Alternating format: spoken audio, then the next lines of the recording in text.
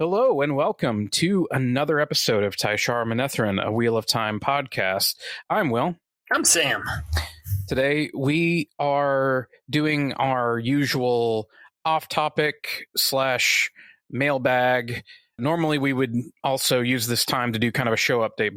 I say that tomorrow, as we record this, tomorrow is Wednesday. So if they suddenly drop a trailer on us, like tomorrow, or in the next few days, then, and you're wondering why we're not talking about it in this episode, we will talk about it soon. We shall. But anyway, in this episode, we're going to be mostly going off topic.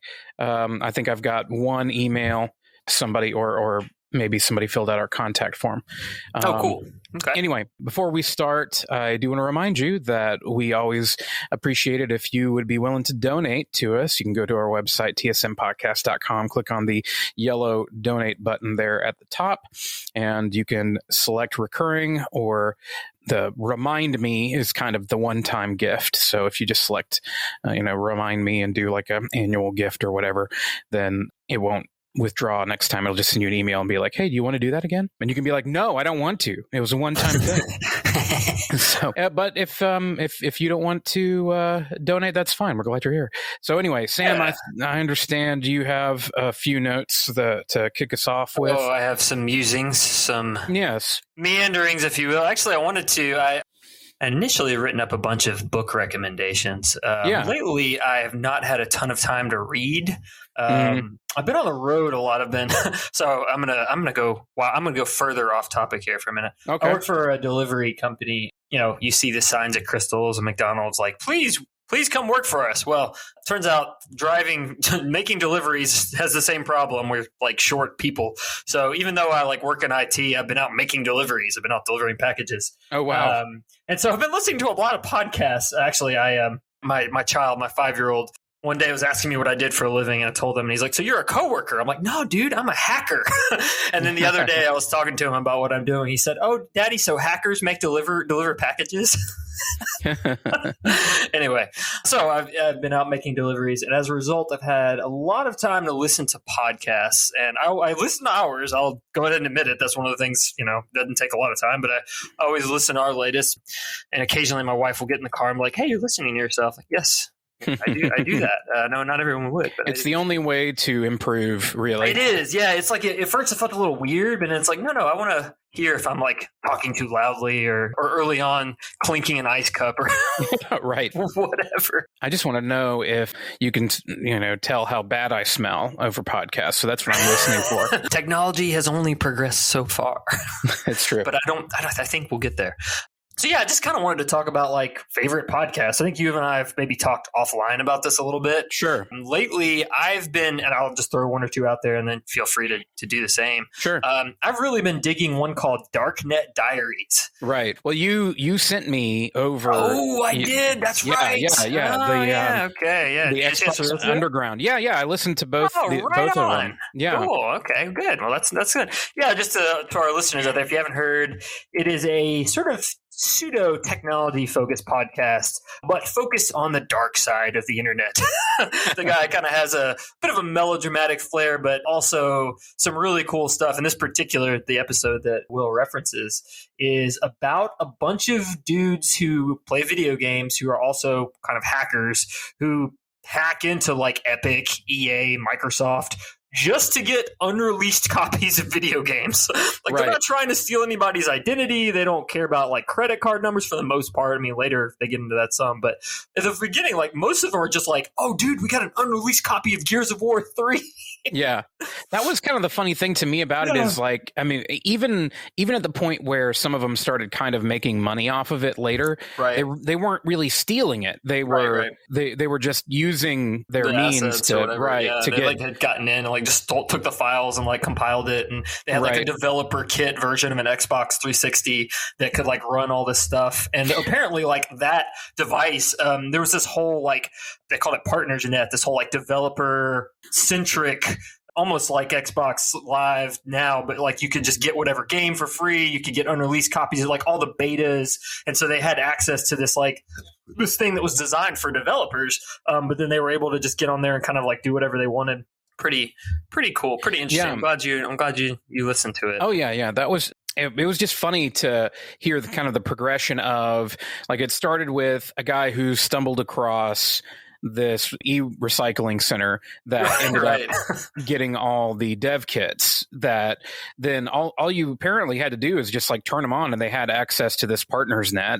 Yeah, it's just like so wild that, I mean, this was like 2010 or something like that. Like, it's just wild that the level of InfoSec at somewhere like Microsoft was such that they just sent like hundreds or thousands of these dev kits to a recycling center and didn't, brick them or whatever, do something to prevent somebody from doing this exact thing. And apparently they've since learned their lesson, essentially. Well, it does give you some understanding, like, of course, as you said, Sam, you work in IT, but if you work in any kind of cybersecurity kind of, or work with this kind of stuff, then you have people that are super vigilant about things like, hey, you're going to wipe this when we're done with it, whatever. And sometimes it feels excessive, but now that's also normal things, having two-factor authentication, this, that thing. And all of those things are just basic. Yeah. But the fact that because these guys had one password and email address, they were able to get into like other companies, right? Epics, and then from there, other company. It was just wild how, it goes to show that like using the same password across multiple websites really is a terrible idea. Right, exactly. And not having something like two-factor authentication or really multi-factor. I've since learned that even two-factor with like text messages can be spoofed. Like somebody can spoof your phone number. Really, you need something like an app-based, like a Microsoft Authenticator app or something. Right. That really, like, that's like the closest you can get to foolproof nowadays. And it's really opened my eyes conceptually. Well, it's interesting because at that time, and it's not that this is not at all the case now, but so much of the hacking involved really was just a lot of luck, just knowing that people often use the same passwords. Right. Yeah, exactly. Yeah. It wasn't like these guys were a keyboard off like they have in the Arrowverse every time that they're hacking. Oh, man. Some of those are quite egregious. There was one where like Felicity was like sitting there with her dad or something, and they were just like furiously pounding the keyboard. And then something happened and somebody flew across the room. It's like, man, my days are stressful, but not usually that stressful. There's a really funny YouTube video called Hacker Fight that makes fun of those scenes where it has two guys both at a keyboard, and they're like, oh, he's locking me out. And then suddenly it's like, I need more keyboards. And then there's more keyboards. It's like, I need more monitors. And it's like, quick, get me a trench coat. And wait, a black trench coat? Does this look like a tan trench coat situation to you? And stuff like that. They're just, they get more and more ridiculous as they're going. But it's, absolutely. Yeah. I mean, it just goes to show it was how all of those kind of safety measures that we've put in place and everything. And the fact that large companies now just are so much more locked down than they used to be. When it comes to passwords and everything. The fact that so many of them have been hacked and had so much information leaked, they've sort of learned the hard way. And like, there's website, Have I Been Pwned, that will like, you put in your email address and be like, your credentials have appeared in these half dozen hacks or dozen or however many. It'll be 30 something, and it's like pretty sobering if you haven't changed those passwords. Like, well, that's sitting out there somewhere. Someone could have access to that if they wanted to. There's a lot of websites now that when you create an account with them, if you put in a password that you used on a hacked website, it'll tell you. Oh my gosh. Reminds me of like a joke I saw somewhere, like, password already taken by user Hunter12 or whatever. It was not Hunter12, but it's like, that's fun. That's a smart thing. I mean, those are searchable data sets. Like, there's no reason why you wouldn't check. Like, okay, we have the same email address that was in the LinkedIn hack, say. I mean, that's a pretty famous one. That was one mentioned in the Xbox Underground one. There's another episode of this same show where the LinkedIn hack was used. The data dumped from that was used to hack Donald Trump's Twitter account, for example. And his team, his password at the time was "you're fired" with no characters, no uppercase, nothing. So it's 2012 or 2015 or something like that. That's amazing. It is. It just goes to show using something like a password manager where you don't have to remember a password. Something like Chrome or Firefox or LastPass, whatever does it for you, is really it seems silly, but it is really valuable, legitimately valuable. I've got a few friends who work in the entertainment industry and have worked with some bigger name celebrities. And the thing that I've heard them remark on is how often their email addresses are exactly what you would just guess. They're like Scarlett at scarlettjohansson.com or whatever, and that's not one. I don't think that's one really, but I hope not anyway. But it's that's the kind of thing it is. And it's like, what? I mean, they use that. They reply to that. They actually read. That's the email that they check. Yeah. It's if I were a super famous person, I would definitely have Kermit T. Frog. Yeah, exactly. WashingtonDC.net or whatever. Funky Bunch 4427. Totally right. It just goes to show if someone who is famous and successful and powerful and well off doesn't necessarily mean that they've had to learn these lessons. I mean, at some point, especially if you're in the public eye like that, chances are if you have an email like that, sooner or later, you're going to learn you're going to have a problem with that, so to speak. And that's crazy. Yeah. Cool. Yeah. So Darknet Diaries, that's definitely what I'm digging. So I have a few more, but if you had any podcasts that you wanted to dig in lately, I don't know. I tell you, it's funny. Lately, I haven't been listening to as many different podcasts as I used to. I'm sure there are some people in our audience that would totally dig this. It's not. Yeah.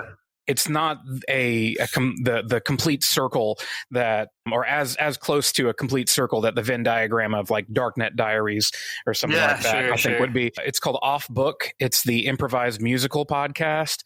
Oh, I think you've mentioned that to me. I keep forgetting to check it out. That sounds cool. So, and I think even the people on it would say that episode to episode, it can vary a lot how great it is. Yeah. You just never know with improv like that, I guess. Right. What's cool is, though, it's got a lot of kind of B and C tier comedic performers that if you're kind of into comedy a little bit, there's people that if you won't know their names, but if you Google them, you'll be like, oh yeah, I've seen that guy and stuff. Okay. And people that are kind of came up in things like UCB or Second City do those kinds of improv, and then every now and then they'll have somebody a little more bigger kind name. Famous. Okay. So like Tieran Killam, who of course was on SNL for years. He's in my favorite episode, which you can find. It's a live episode. Normally they're not live, but they did one live. It's called Live from the Dynasty Typewriter. Cool. And it's just funny the way that they managed to make a complete they complete a story, but they also have these different musical themes. They have musicians that are playing, that are improvising with them. Oh wow. Yeah, it's incredible. And it's a lot of humor, a lot of nerdy humor, really. Sure. Improv tends towards nerdy humor. I think you have to be kind of a nerdy person to, kind of be into. Sam and I did improv in high school. Indeed, we did. We did fake news. Yes. That's one that I have been listening to for, I guess, a couple of years now. Right on. And cool. I've really enjoyed it. There is one, you can find on YouTube, one video of a live performance of just the two of them. Okay. This is the Off Book people? Yep. Off Book improvised musical podcast. So cool. All right. Right on. Have you listened to LeVar Burton Reads? It's advertised on some of the other ones I've listened to. So I listened to both seasons of the Wolverine podcast. Oh, yeah. Right on. I love it. So good. Yeah. I suspect anybody who listens to our podcast probably has checked that one out. But if you haven't, on that subject, oh yeah, I agree. That one is phenomenal. It got me. That one got me interested. That one and at least one other one got me interested in the concept of these sort of dramatized radio theater, like old school radio theater. And I've tried a good many of them, and none of them have really caught me like the Wolverine one. The White Vault was pretty good. I listened to a season of that and really enjoyed it. It's about these people who are in like the Icelandic tundra at this like facility, and so it's got like a kind of the Thing feel. But I tried a bunch of them. I tried Vast Horizon. I'm sure our listeners have probably heard of the Magnus Archives. None of these, like, there's a bunch of them, and none of them caught me like Wolverine did. Definitely. Just I don't have production value. But no, LeVar Burton reads. I was trying to get back around to that. I happened across there was an episode of it where he was reading a short story by Ted Chiang. Familiar? Yeah, the guy that, okay, Ted Chiang. He writes short stories that have won a bunch of awards. Okay. And he wrote the short story that the movie Arrival was based on. Oh, okay. Yeah. So he wrote, he most recently published a series of short stories called Exhalation. And this is the first story in that book. And I can't remember the name of it now, but it's written in the tradition of like Arabian Nights. And it's a time travel story. And it is so good. I can't remember. I'm going to look it up now. The Merchant and the Alchemist's Gate. And you can look that up to look up LeVar Burton reads. But of course, LeVar Burton is amazing also. And just so enthusiastic and does such a great job of reading these things. But that short story is really, really good. And I think LeVar Burton reading it is really, so honestly, like just that episode is worth, like I've listened to other ones and it always, honestly, it just depends on the author. If you have an author you like, he was like writes genre fiction. There's a good chance LeVar Burton has read one of his short stories, his or her short stories. So that's a fun, but that one definitely is a good one. I'll have to check that one out. I haven't yet, but like I was saying, I would hear the ads for it on the Wolverine podcast and be like, oh, I should check it out. Right. Yeah, that's kind of how it was too. And at some point just because like I said, I was on the road a lot, I just like went to the subreddit for podcasts. Like, I don't know, guys, what should I be listening to? And inevitably you get like Joe Rogan and there's a whole orbit of like podcasts around Joe Rogan. And I actually sort of stumbled across one that I like that I didn't realize he was sort of in that order. This guy named Lex Friedman. He's an MIT like AI researcher, and he interviews a bunch of like PhDs and stuff. But then he name drops Joe Rogan all the time. That's awkward. And Elon Musk. It's like, wait, what? We're talking about AI, or we're talking about biohacking or something. It's like, why are we talking about Joe Rogan? What? Seems like a nice guy. But I saw a joke sometime that was like, back in my day, we didn't need Joe Rogan. Everybody had a friend with an older brother that had like smoked pot in his parents' garage and told everyone that Mayans invented cell phones or something. Right. I can't remember the whole thing, but yeah, I mean, like, and I was like, what's funny is I can picture that guy. Like, oh yeah, I had that. Definitely knew something like that too. So I don't know if I've mentioned. So I want to talk books though that I've been reading recently. So the last book I read was a business allegory, which is a really weird concept. Interesting. And I mean, I didn't realize this is a whole genre of fiction. It's very strange. I didn't. I mean, I knew about like self-help and like generally about businessy nonfiction, but I wasn't aware of like sort of fiction to teach business lessons. Yeah. There's a lot of it, but this one was referencing another one that I'd read called The Goal, which anyway, it's about managing an IT company or an IT organization like you would manage a manufacturing facility. Anyway, not important. I don't recommend that book at all. You need to warn people off bad books. I do. Yeah, I guess what I'm saying here is I don't recommend the Phoenix Project. And every time I would pick it up, I kept thinking the Phoenix Force. Like, no, that's not what it is. So, well, on that same note, let me balance that out by recommending every book by Patrick Lencioni, who is a writer on. It's more than business because it's not even. It can be for nonprofit. It can be for any kind of organization, really. But it's on organizational health is really more his focus. It's very practical. It's not this is fiction or no?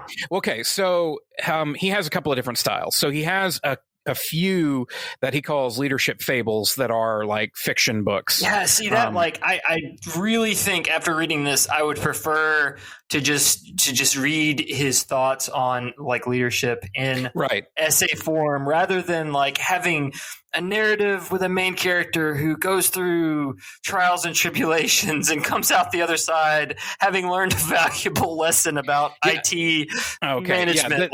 That's just not for my cup This isn't quite like that. This isn't quite like that. It's just it's more, okay, so Patrick Lencioni's probably most well-known book.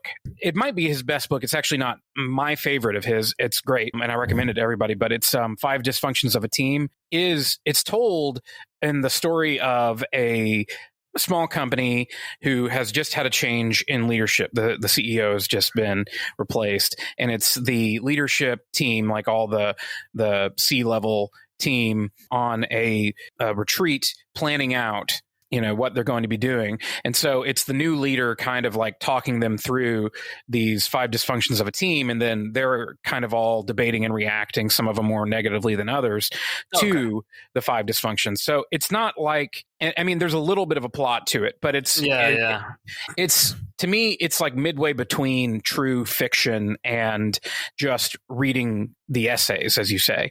Sure. It's a little easier to read because of the fact that it is telling a story. You have characters talking to each other. Yeah, I mean, that's definitely what this book was. I mean, and there was another one I read in college called The Goal that was the same. And I mean, I get what they're doing there. And I'm not going to say, like, I came away having, genuinely learned some stuff, but it just also kind of like shaking my head like, that was silly. Yeah. Well, I'll say my favorite book of his it's not written that way. It is just the straight up kind of essay form. Sure. I gotcha. That just goes topic by topic in each chapter. And it's called The Advantage. Really is just talking through a process of how to achieve organizational health. That sounds totally lame and self-helpy. I don't, I understand. No, I hear you. There's something to be said for thinking through that sort of thing. At the beginning of the pandemic, a mutual friend of ours, Sam, she called just to catch up kind of, and started talking about where she worked at the time. It was at a hotel, and she started telling me just a few things about it. And then I started saying, well, let me guess, this is happening, and this is happening, and this is happening. And it was like I had done a magic trick. She was like, how do you know that? And it was honestly from reading books like this, where it was like, no, I mean, like, that's just what happens when your leadership isn't doing what they're supposed to do. Yeah. I'll say for me, when I was finally promoted into a position being over people, I found it extremely helpful to have had all this kind of knowledge just sitting there waiting for, and to see that, oh yeah, it's all very practical about how to not just manage, but also to lead people. Anyway, I know this is completely... we went off topic, and we, as it said on the tin, we were going to go off topic. No, I think I know this is not like our typical fare, so we'll get back to nerd culture here in a bit. I was just going to say about the about your leadership stuff. There's certainly value in that, and that is interesting, and I might actually check that guy out because I'm sort of in a position like that now and don't know if I'm doing right or not. And so it's interesting to get a gut check. So yeah, I did want to at least mention a few genre authors, perhaps, like I've done in past off-topic episodes. A few that I meant to mention in earlier ones and didn't get a chance to. So science fiction or science fantasy, maybe. Mm-hmm. Have I mentioned Peter F. Hamilton before? I think you've mentioned him, but that doesn't mean that you shouldn't mention him again. Sure. So definitely sci-fi, space opera. He kind of has a tendency to blend genres in an interesting way. Mm-hmm. I like him because it scratches the itch of, it almost scratches the same itch as epic fantasy for me. Because it's like a big, thick book with like just vibrant world building. And also he pretty much wrote a series that's kind of like StarCraft. I'm not even kidding. He's got like hive mind bad guys, kind of like the Zerg or other alien hive mind aliens, whatever. And then there's space elves. They're pretty much like the Protoss or other space elves. And the really cool concept of like kind of like an Appalachian Trail that goes across different planets. Really kind of a fun concept. And unlike the Wheel of Time, actually I had these books. This is called the Commonwealth Saga. It has a prologue. The prologue is actually what hooked me, unlike Wheel of Times, where I was trying to get to. It starts out with some astronauts from a military mission that's landed on Mars. First time humans step foot on Mars, and then there's like this nerdy scientist dude in a homemade spacesuit who walks up like, "Hey, man, you finally made it!" And he's got like an open portal behind him to a lab in LA, and so like they beat him to the punch. I just thought it was pretty cool. Caveat I've got to add about Mr. Hamilton, though. Man writes awful juvenile sex scenes. I don't know why. All the stuff you say about Jordan tending to avoid them, not at all true for this guy. It's really dumb and a shame considering how great the books are otherwise. But I think he may have taken this criticism to heart because in his most recent trilogy, he didn't have any at all, which is really interesting too. Called Salvation Sequence, space opera, alien fighting fun, set in the far future and in the present. And he actually even has 2 books that are unabashedly fantasy, yet still somehow in the same universe. It's like this little pocket universe, which is sort of high fantasy with magical powers.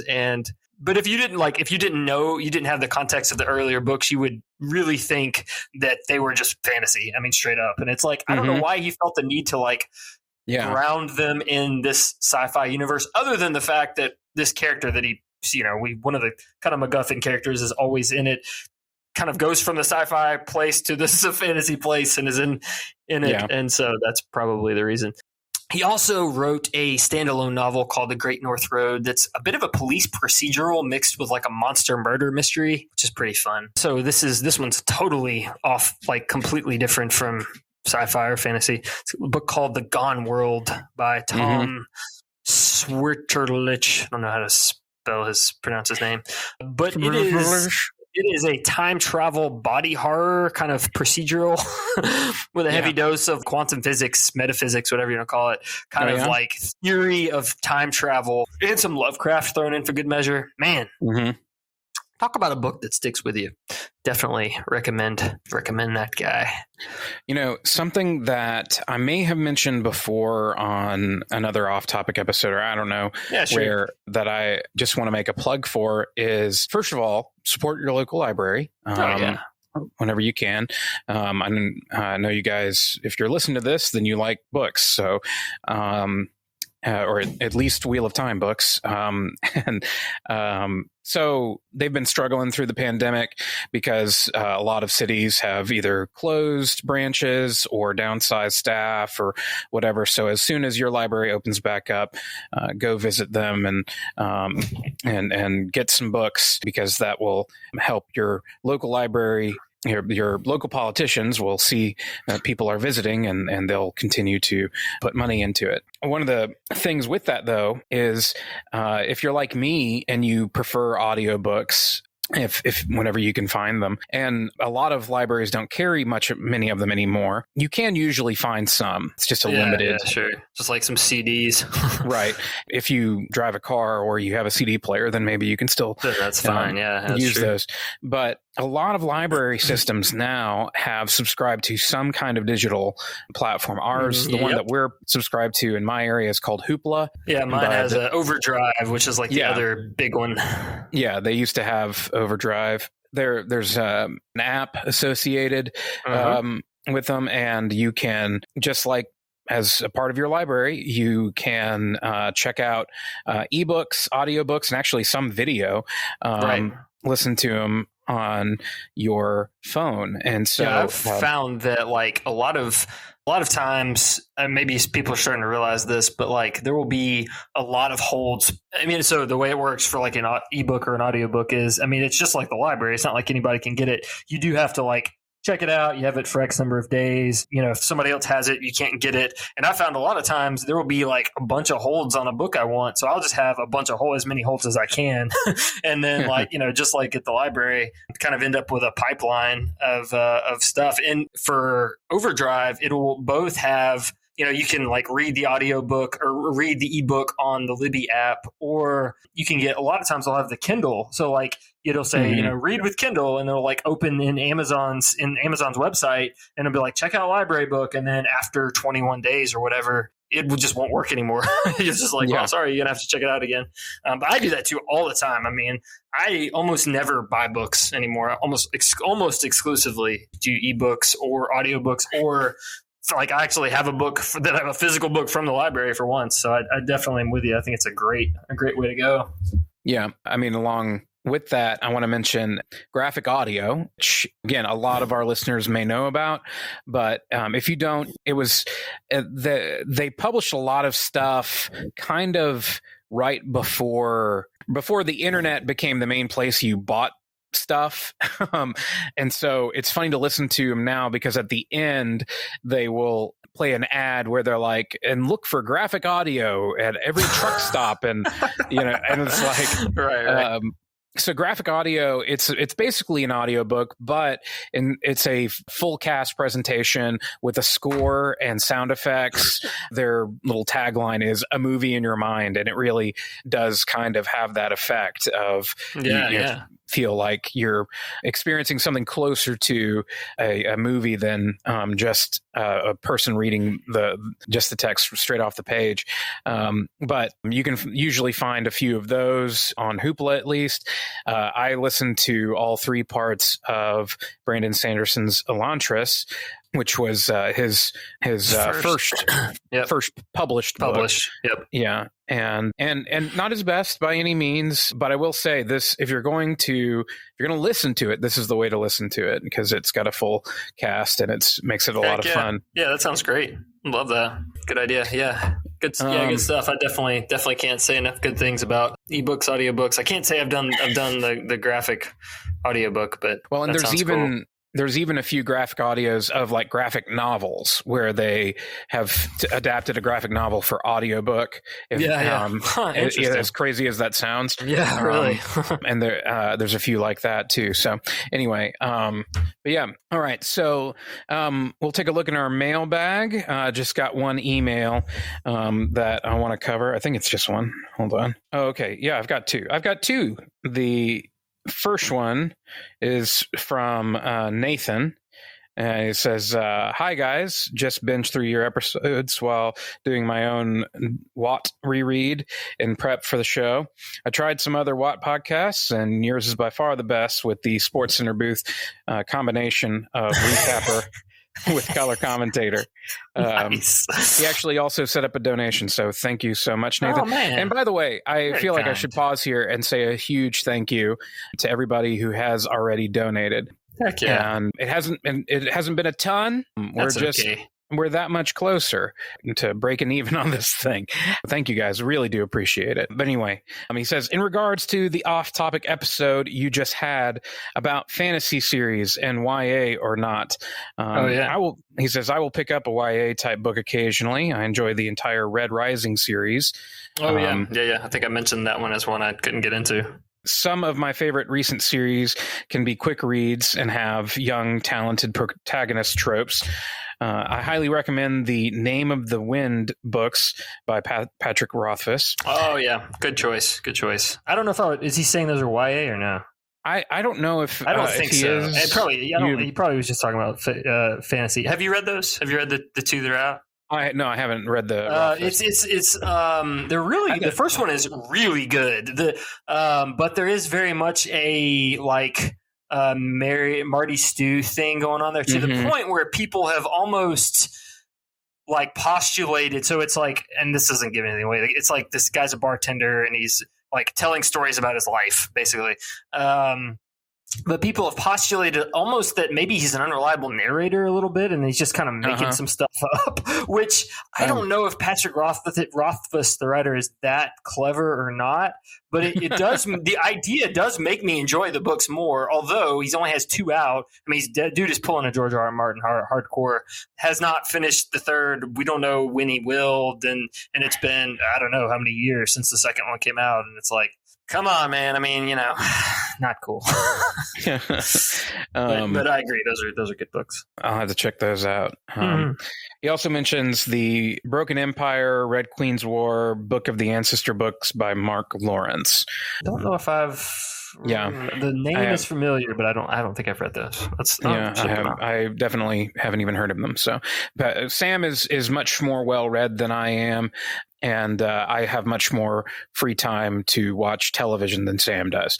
So, that's true. And play video games. You play a lot more video games than I do these days, which I'd like to get back to doing. It's have not had time. Yeah, maybe we'll talk some video games at one of these off topic. Oh yeah, that'd be good. I would enjoy that. So yes, anyway, thank you so much, Nathan. Heck yeah, dude. We appreciate the email. We appreciate the donation. On to another email. Andre, he says, "Hey guys, love the show," and he also donated a bit to help out. Thanks, Andre. Nice. The Great Hunt really turned me on to this book series, and it's a great intro, even though it's the second book. I was curious, have you guys read the Pendragon and the Dark is Rising series? Two series I read when I was younger that had great world building as well. The Dark is Rising. Yes, I did. I still have that book. Those are, there's like a really cool like little poem. What is it called? Or I'll see if I can find. It's that's definitely, I don't know if you call it young YA, but it was maybe before there was a YA, but it was like set in, I guess looks like it was written in the 60s, set in like contemporary Britain in the 60s, I guess 60s, 70s, whatever. Yeah. But really, really good. I mean, I haven't read them since I was young, but definitely enjoyed those. Pendragons, that also rings a bell. Stephen Lawhead, maybe, if that's what we're talking about. Then also, yes, very good. Of course, there's several books that refer to, there's a book called The Pendragon by Catherine Christian. But did he say the Pendragon Cycle, or did he say? He just said The Pendragon. Oh, okay. Fair enough. It depends on if he just Googled Pendragon, and yeah, okay, maybe you're right. Maybe it is this. Haven't read that, if it's the Catherine Christian one. I was thinking it was the. It's interesting because there is the series called Pendragon, and then the Pendragon Cycle by Lawhead. And I mean, both are just referencing, or there's several of these things. They're all just referencing King Arthur, so right in various ways. So I could guess, be any of the above. All right, so Andre, the ball is in your court. I should have asked this question in my email reply.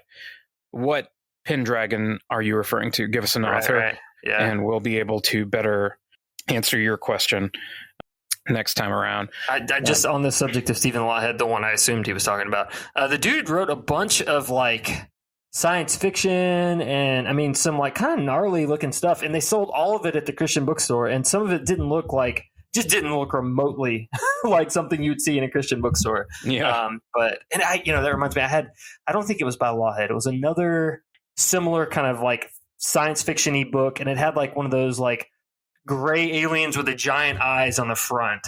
I don't remember the name of the book, but I remember taking it to school, and I went to a Christian school at the time, and the teacher confiscated it because she thought it was something like, I don't know, bad. I was like, I got that from the Christian bookstore. And I don't remember what happened. I think like she gave it to my parents, and they're like, yeah, he got it from the Christian bookstore. And so that was the last we spoke of it. But I remember just thinking it was funny that like the things you could get there didn't always, have a cross on the cover or whatever. Yeah, I'm looking at all these there's so many different Pendragon books and book series. Yeah. Appreciate the emails from our friends. That was some interesting stuff to talk about. Always good. And if you guys have any questions or recommendations, we'll check them out. As we've said before, it can be books, it can be podcasts. We talked about podcasts. It can be TV shows, or heck, if you've got a video game that you're like, hey, this really changes the genre of fantasy or sci-fi. I want to hear you guys talk about it. Then there's a pretty good chance that one of us has probably played it, if that's the case. But if not, I'll read some stuff about it and watch a Let's Play. Yeah, that's a guy with kids talking right there. Yeah. Thanks so much for listening, guys. I think I'll go ahead and mention that we are going to, over the next few weeks, wrap up our reread of The Great Hunt. But then once we're done with that, we're going to take the rest of the month of August off. So I think that's going going to get us through the first week of August. And then, but the rest of August, we're going to kind of take off and enjoy the end of our summer there. Chill out, might listen to or read some different books other than The Wheel of Time for a little bit. For sure. So in the meantime, you can always email us at stuff@tsmpodcast.com or visit our website at tsmpodcast.com and fill out our contact form. If you have nice things to say, questions, comments, corrections, ideas of things that we should talk about or read or listen to or watch, then we would be glad to hear about them, and we will probably mention you on the podcast. So for sure. Thanks so much. And, we still have that YouTube channel that we've been trying to get going. If we get to 100 subscribers and we can get in a vanity URL, then we'll probably do a live or something. That, there's no danger of that happening in August. So, right. thanks again. And until next time, Tai'Shar Manethrin.